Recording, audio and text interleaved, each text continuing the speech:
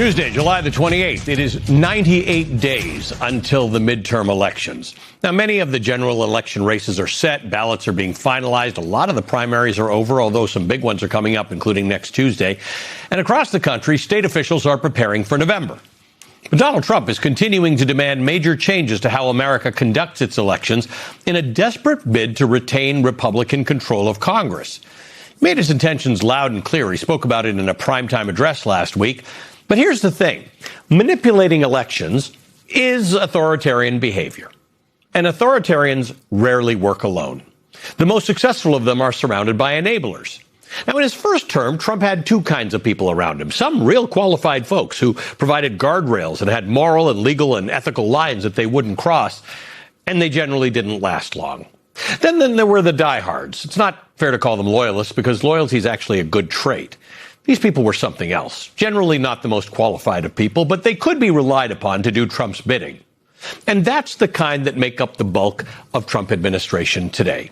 Well, in addition to a goodly number of billionaires, but it boggles the mind to think about some of them.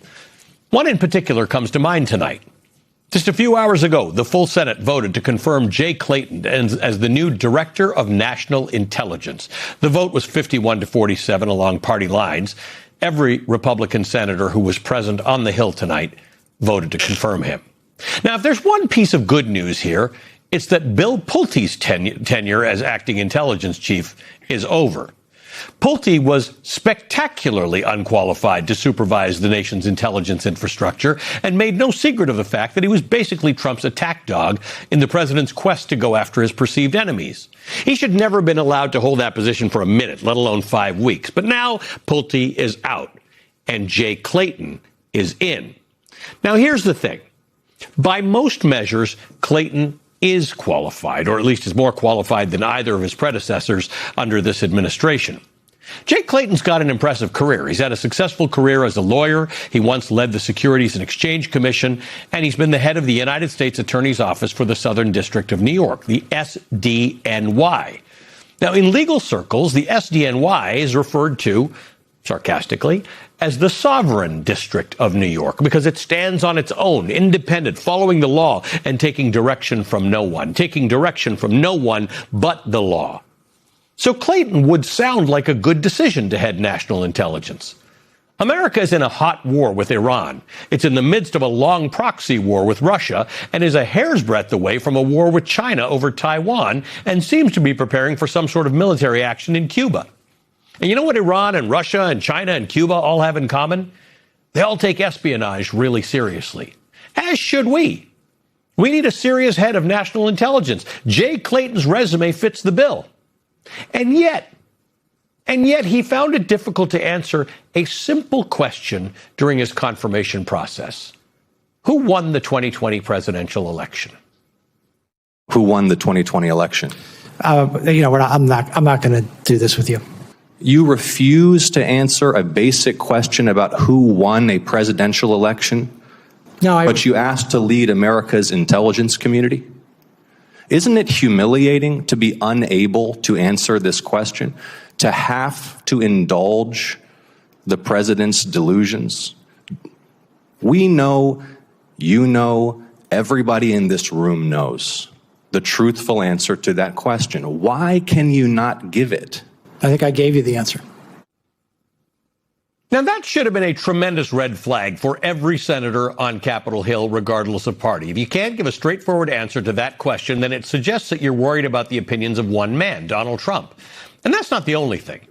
It was Clayton who issued the subpoenas against the New York Times reporters who reported about the security concerns with the new Air Force One, the one from Qatar.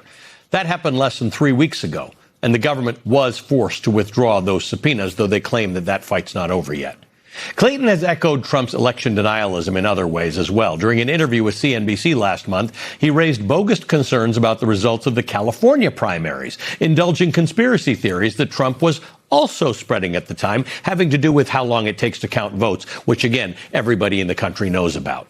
He criticized that state's mail-in voting system and laws that allow for votes that are cast by Election Day to be counted beyond Election Day. Again, a fairly common phenomenon in America. He said that when it comes to election integrity, the United States is, quote, doing an absolutely terrible job, and the American people are right to question it, end quote.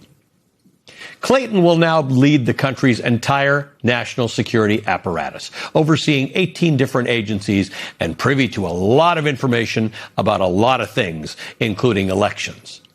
Now, on paper, again, if you were just looking at the resume, Clayton appears like he can handle the job. But that doesn't mean he's the right person for it.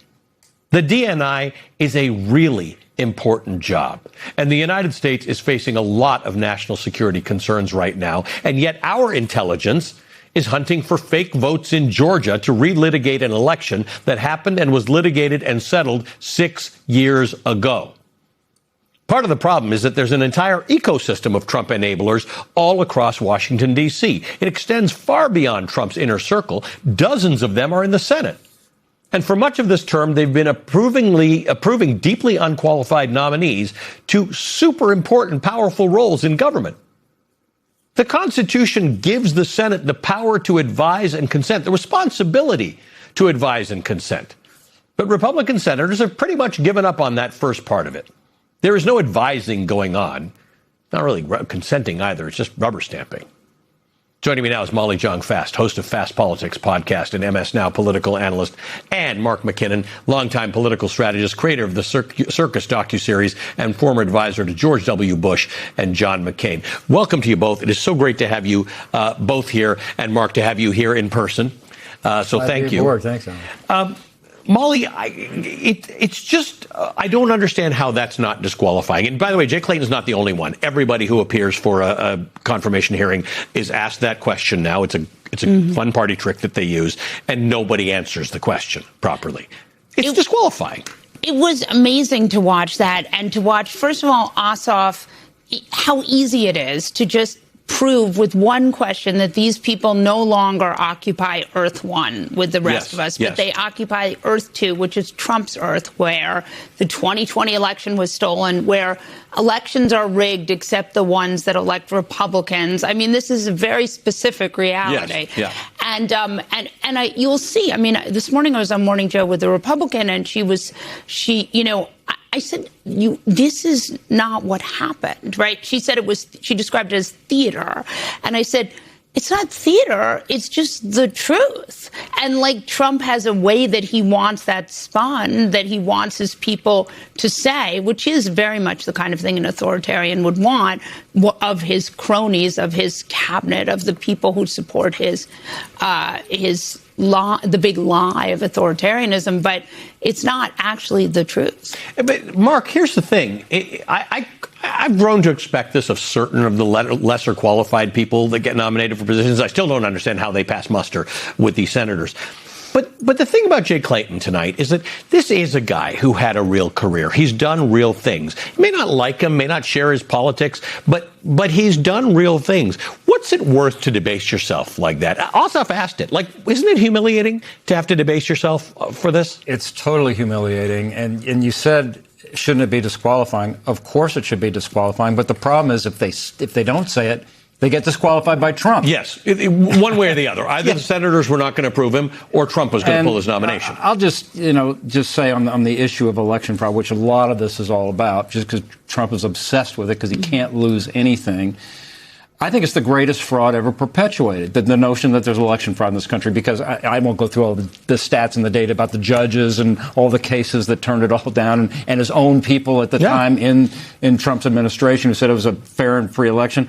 I come from Colorado, which has had mail-in voting for a long time. And our show, The Circus, I did a deep dive on the mail ballot system. 98% of Colorado voters vote by mail. 98%. Every single one of those ballots is checked and verified by an FBI-trained analyst. Not randomly, every single one. Right. It's safer than in-person voting. So this notion that there's fraud, and by the way, the Heritage, a conservative foundation did a $1 million study trying to find fraud in the system and found like 30 votes over 15 years of millions and millions of votes. So it's just... But again, the bottom line is we all know this. We all know this. And that's why it's so humiliating to watch these people go in front of But it's important to spread it out and let people understand that the enablers are there. Liz Cheney said this, right, when she left Congress. She said, he'll be gone. Donald Trump will be gone. They will remember how you voted and what you did. And in this particular case, this is not, with no disrespect to the Commerce Secretary, but this is not the Department of Commerce. This is national intelligence at a time when we actually have national intelligence threats and adversaries who do take this very seriously. I don't need this guy snuffing around for votes in Georgia. I need him to find out whether we have a threat from the Chinese or the Iranians or the Cubans or whoever it is who wants to threaten America. We've got enemies.